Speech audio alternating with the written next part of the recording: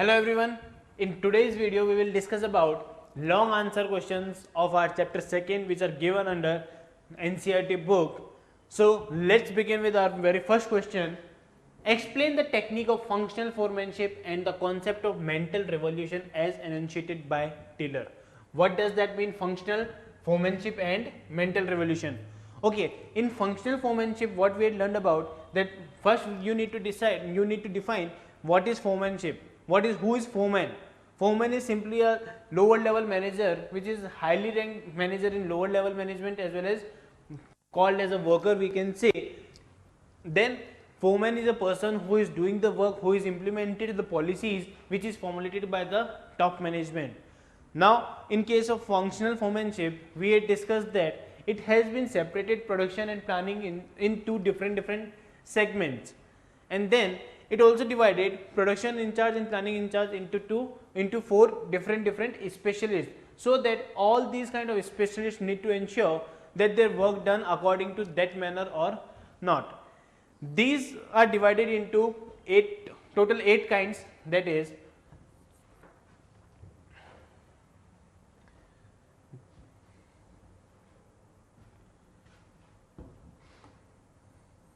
these 4 deal with your planning in charge and the remaining 4 deals with your production in charge. Okay, let's discuss one by one.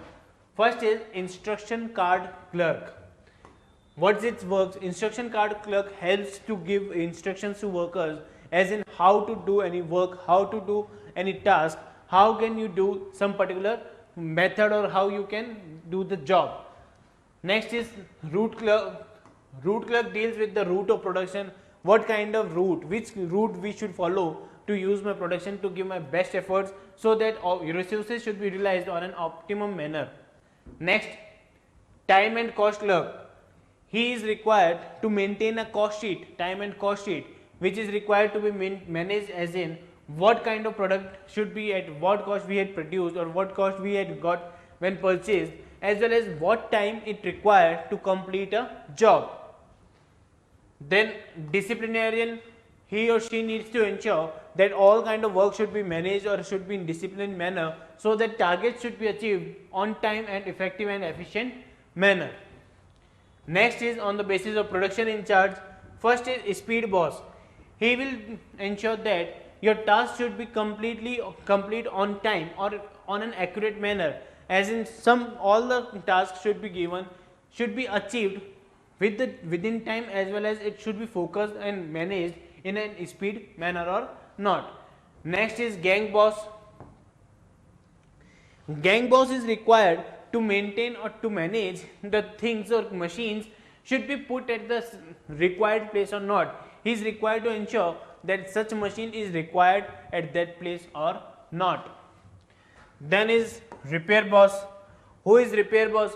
Repair boss ensures that particular machine is remain idle or not, as well as it is actually performed, it is working condition or not, any worker or employee can work on that machine or not, is that machine require any service or something like that.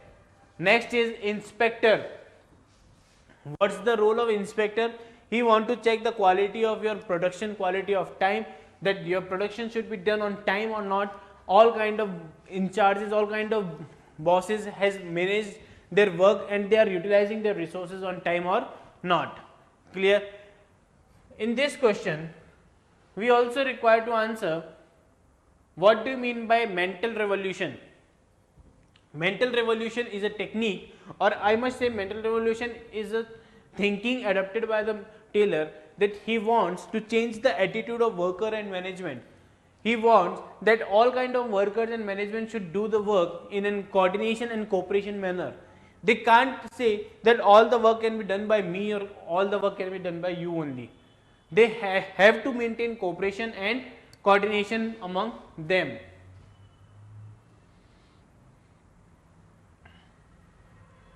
In mental revolution, it implies changing the attitude of the workers and managers. Mental revolution aimed at improving the thinking of both to create a better working environment. Yeah. Next, discuss the following techniques of scientific work study. Okay. First is time study.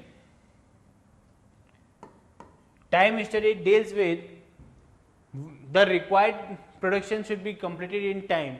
Whatever the task given to you is completed on time and in an accurate manner or not. So in case of time study, you need to write and explain this thing also, that work should be done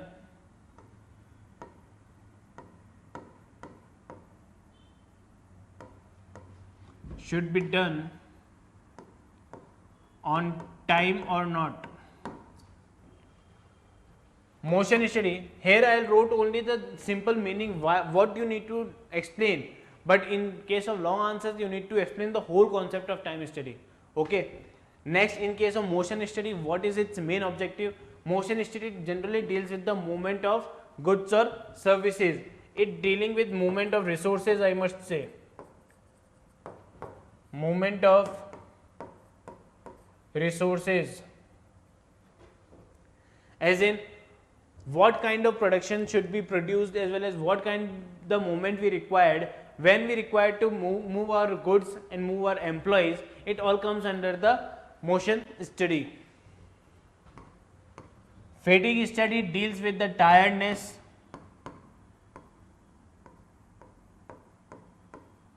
or idle time or rest for workers, as in it requires to tell about that each and every task should be divided into some intervals, or we need to give some rest to our employees or workers so that they can give our best in while doing the rest, as in you can't told them to do the work in a continuous manner. Our body needs rest, our employees needs rest. So for doing that rest, you need to observe that how much rest is required to do an optimum utilization of resources. It deals with the tiredness, idle time and rest for workers. Next is method study. Method study deals with, it tells about technique, about how to do a work, how to do any work, or it also tells about one best way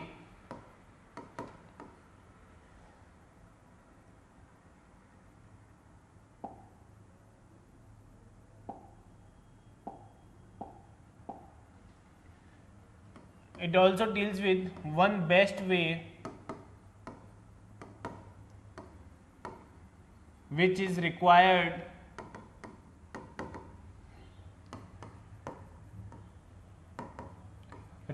to do a job. Clear, my friends? Last is simplification and standardization of work. This technique deals with your work should be divided into two kind of sets, that is simplified and standardized work. As in standardization of works should be done to set an example, to set a benchmark that how it should be done. It should be used in new kind of varieties, new varieties of products. But simplification generally means how to simplify your existing product, how to simplify your existing work to achieve the standard objectives of the organization. You need to bifurcate goods and work into simplification and standardization. Clear? See, you need to write these kind of answers. Our next question is, discuss the differences between the contributions of Taylor and Fayol. Now you need to discuss the difference between Taylor and Fayol. What are the contributions they are given to a society, or organization, as well as to the principles of management. First we discuss contribution. Taylor gave scientific principles of management on 1911 and Fayol gave general theory of administrative principles of management. Personality. Taylor was a mechanical engineer and Fayol was a mining engineer or practitioner. Principles and techniques. Taylor introduced principles of scientific management and functional foremanship techniques like that, along with the technique as such as method study, motion study, time study, fatigue study, etc. Fayol introduced 14 principles of management such as order, equity, esprit de corps, division of work, authority and responsibility, stability of personnel, etc. Application of principles. Principles are applicable to specialized situations, whereas principles in case of Fayol accepted in the universal in nature. Next is perspective. Taylor's perspective based on improving the conditions of floor level, that is shop level or workers, whereas Fayol's principles are based on the function of the higher level management or top level managers. Next is emphasis and focus. Focus on improving the overall administration of the organization. Taylor deals with the overall organization of the organization, but Fayol deals with the increasing productivity along with the workers' efficiency. He wants to work with production as well as their efficiency. Title. Taylor called as father of scientific management, but the Fayol called as father of general management. Clear? Next, discuss the relevance of Taylor and Fayol's contributions in the contemporary business environment. The same question again, but you need to understand that what you need to write, that what kind of contributions they had done to the society, what kind of contributions they had given to the organization, what is its relevance, why we require the principles. They all should be managed to obtain your resources, to obtain your optimum utilization of resources, to give best targets, to achieve your targets, to provide how to do work, how to manipulate a worker, how to ask a worker or employee to do the job or to do the interest in the goal of, to achieve the goal of organization or to help in organization's interest. It all tells about this kind of relevances. Let's have one read for that and then our topic will be completed. Principles of Taylor and Fayol play an important role in contemporary business environment. Taylor's scientific management principles and Fayol's administrative principles provide guidelines to the managers in taking actions and decisions.